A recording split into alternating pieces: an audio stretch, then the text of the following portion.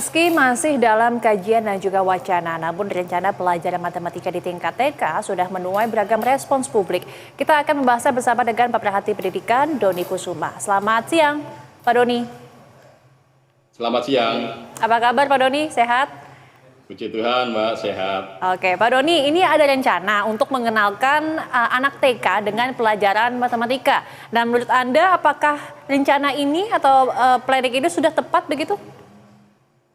Ya, menurut saya ini sebuah konsep pemikiran yang tepat ya, karena sebenarnya bukan masalah di TK-nya, Mbak Astrid. Jadi sebenarnya yang menjadi masalah itu adalah kemampuan matematika anak-anak kita di level pendidikan dasar itu sangat lemah. Dan ini berlanjut terus sampai ke SMP. Ini terbukti dengan hasil tes uji PISA kita ya, tahun kemarin itu kita turun 10 poin ya, dari 2018 kita skornya 376, 2022 kemarin 366, dan bisa dikatakan hasil tes PISA tahun 2022 kemarin kita semuanya turun ya, dan terutama di bidang matematika. Tetapi sebenarnya matematika ini bukan menjadi trigger atau pemicu utama. Yang menjadi pemicu utama sebenarnya adalah kemampuan berbahasa. Kalau anak tidak memiliki kemampuan berbahasa, untuk membacanya rendah, dan ini kita ada di titik kritis ya, karena pada tahun 2022 hasil tes PISA kita terburuk sepanjang kita mengikuti tes PISA sejak tahun 2000.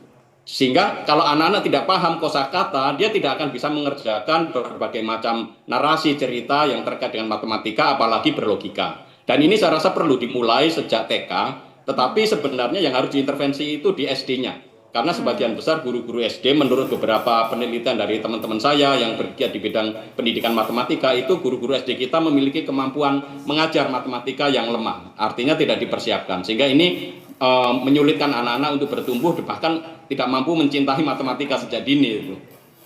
Oke, nah ini kan untuk mungkin pengertian banyak orang, kebanyakan orang konsep pembelajaran atau memberikan materi matematika dari TK ini adalah sebatas konsep penjumlahan, kemudian pengurangan dan lain sebagainya. Yang perlu didalami untuk anak TK, apakah konsep seperti ini, penjumlahan, pengurangan dan sebagainya, atau memang konsep dasar matematika begitu?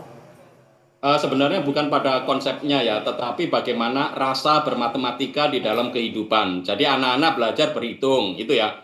Artinya anak-anak untuk di TK PAUD itu jangan sampai dia dipaksa untuk menulis angka, menulis secara formal 1, 2, 3 itu masih berat untuk anak-anak karena ini akan mematikan kreativitas. Tetapi anak-anak diminta untuk mengenali ya, mengenali lambang-lambang, simbol itu bisa. Karena anak kalau dikasih gambar buah apel, dia bisa menyebut itu buah apel. Tetapi nanti kalau anak diminta melihat angka 1, kalau dia bisa menyebut angka 1, bisa mengidentifikasi, itu sudah bagus. Dan anak-anak dibiasakan untuk mulai mengenal arti berhitung, penambahan, pengurangan, bukan dalam arti secara formal matematika ya dikasih kertas lalu 1 tambah 1 sama dengan berapa, itu tidak. Tetapi lebih dengan permainan-permainan gitu ya. Nanti misalkan bermain berkelompok, 5 yuk ngitung 1 sampai 5, kamu 5, nanti latihan berkelompok jumlahnya 3, mereka ngitung 1, 2, 3 gitu. Nah itu saya rasa model sejak awal untuk mengenalkan rasa matematika itu kepada anak, dan mereka merasakan bahwa berhitung itu ada relevansinya dengan kehidupan. Karena selama ini kan yang menjadi persoalan matematika itu dianggap sebagai kering karena tidak dikaitkan dengan relevansinya dalam kehidupan. Nah ini yang harusnya ditumbuhkan rasa cinta itu sejak di TK. Itu mungkin maksudnya, bukan pelajaran matematikanya secara formal tadi. Oke, berarti lebih ke rasa matematikanya, kemudian alat berhitungnya, juga pengenalan terhadap angka, begitu ya. Tapi sebenarnya kalau secara teorinya seharusnya metode pendidikan untuk anak-anak tingkat TK ini seperti apa Pak? Fokusnya tuh harusnya seperti apa? TK itu fokusnya belajar sambil bermain ya.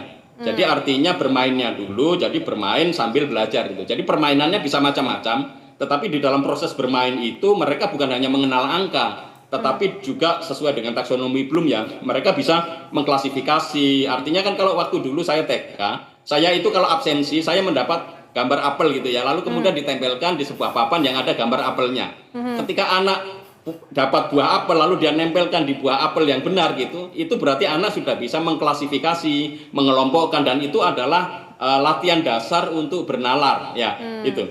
Jadi ini yang menarik juga, nanti ketika anak-anak misalkan pengurangan, tambahan, itu juga bisa dilatih untuk berhitung. Sehingga anak itu memahami, oh ini jumlahnya ini lebih besar, lebih kecil, ini berbeda kelompoknya, seperti itu. Jadi memang lebih pada model permainan yang akan sangat dibutuhkan di situ untuk anak-anak TK. Oke, nah ini juga kalau kita melihat respons publik juga cukup beragam ya terkait dengan konsep dan juga ide matematika dari TK ini, Pak Doni. Kalau ada yang menyebut juga bahwa rencana ini kurang tepat sebab harusnya anak-anak di usia TK itu justru harusnya diajarkan soal kemandiriannya, pendidikan karakter hingga adab dan juga etika. Anda setujukah atau ini memang juga menjadi hal yang penting juga begitu?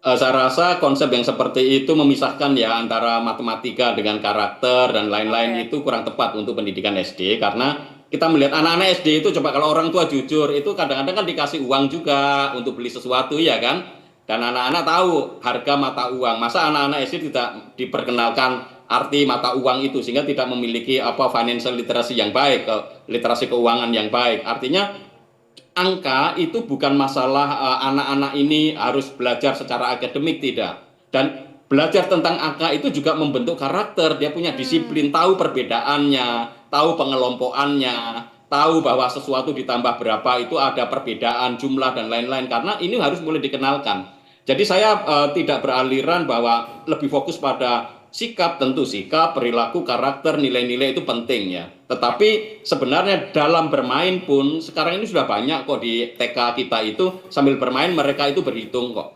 Karena itu berhitung itu bagian dari hidup kita dan tentu itu menjadi bagian dalam pembentukan karakter juga itu. Jadi konsepnya jangan dipisahkan antara nilai sikap tentu ada rasa hormat dan lain-lain. Tetapi kemudian kita juga perlu mengajari anak-anak sejak dini untuk sense of number ya.